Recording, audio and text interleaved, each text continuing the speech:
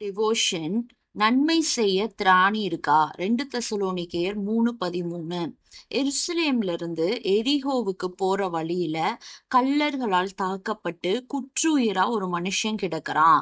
அந்த வழியா ஒரு ஆசாரியனும் ஒரு லேவியனும் வந்து குற்றுயிரா கிடந்த அந்த மனுஷனை கண்டு ஓரமா விலகி போயிடுறாங்க.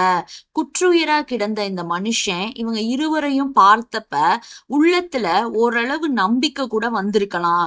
இவங்க எப்படியாவது நம்மளை காப்பாத்திடுவாங்க அப்படின்னு கூட நினைச்சிருக்கலாம். அவங்கள்ட்ட கெஞ்சி கூட இருந்திருக்கலாம். ஒருவேளை இவங்க தான் கர்த்தரால் எனக்கு அனுப்பப்பட்ட உதவியின் கரங்கள்னு கூட நம்பி இருப்பான். ஆனா அவங்க அவனை கண்டு விலகி போறாங்க. ஏன் விலகி போனாங்கன்னா, அவங்க 2 பேருமே ஆலயத்துல வேலை பார்ப்பவங்க. அந்த மனிதன் மரித்து விட்டா நியாய பிரமாணத்தின்படி அவங்க 7 நாட்கள் தீட்டுப்பட்டு இருக்கணும். பிரேதத்தை தொட்டவன் 7 நாள் தீட்டுப்பட்டவன்னு வேதம் சொல்லுது. அதனால தீட்டான அந்த நாட்கள்ல அவங்களால ஆசாரிய ஊழியமோ லேவிய பணியோ செய்ய முடியாது. தேவனுடைய ஆலயத்துக்குள்ள போக முடியாது. அதனால அவனை விட்டு விலகி போயிடுறாங்க. அவங்க கர்த்தர் மேல் அன்பு வச்சிருப்பதெல்லாம் உண்மைதான். ஆனா உன்னை போல் பிறனையும் நேசிங்கிற இன்னொரு கட்டளைய அவங்க பார்க்கல. தன்னை போல பிறனிலும் அன்பு கூற அவங்களுக்கு மனம் வரல. அவங்க உள்ளத்துல மனதுருக்கம் இல்ல. அதனாலதான் அவங்க விலகி போயிடுறாங்க. இன்றைக்கு விலகி போகிற கூட்டத்தை தான் நம்மளும் நிறைய இடத்துல பார்க்கிறோம். உதவி செய்ய அவங்களுக்கு திராணி இருந்தும் நிறைய பேர் உதவி செய்யறது இல்ல. காயம் கட்ட வசதி இருந்தும் காயத்தை கட்டுறது இல்ல. ஆத்துமாக்களை பற்றி கவலைப்படாம வாழுவாங்க. ஒரு பெரிய ஆபீசர் இருக்காரு. அவரு ஒரு பைக் ஆக்சிடென்ட் ஆகி நிறைய பிளட் லாஸ்ல ரோட்ல கிடக்கிறப்ப தண்ணின்னு கத்துறாரு. ஆனா ஒருத்தவங்க கூட உதவி செய்ய வரல.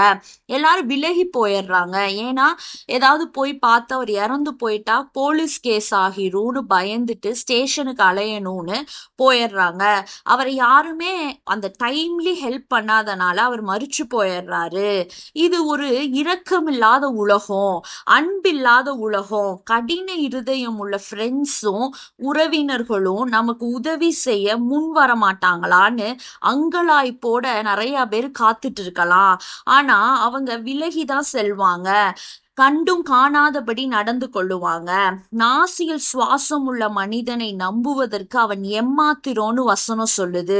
மனித உதவி எல்லாமே விருதா, நம்பிக்கையும் விருதா. நம்ம நம்பிக்கைய கர்த்தர் மேல மட்டும்தான் வைக்கணும். அவரை நோக்கி பார்த்த முகங்கள் ஒரு நாளும் வெட்கப்பட்டு போகாது. அந்த லேவியனை போல ஆசாரியனை போல நம்மளும் விலகி போகிற உலகத்துல வாழலாம். நம்மளை விட்டு விலகாத ஒருவர் இயேசு மட்டும்தான் இருக்காரு. அவர் நம்மளோடு இருக்காரு. அவரை தேடுகிறவங்களை அவர் வெட்கப்படுத்தாதவர். திராணி இருக்கிறவரை நம்மளும் பிறருக்கு உதவுற குணத்துல வளரணும். பிறருக்கு உதவுகிற குணம் வருவதே ஒரு கிருபை. அந்த கிருபைக்காக ஆண்டவர்கிட்ட ஜெபிப்போம். ஆமேன்.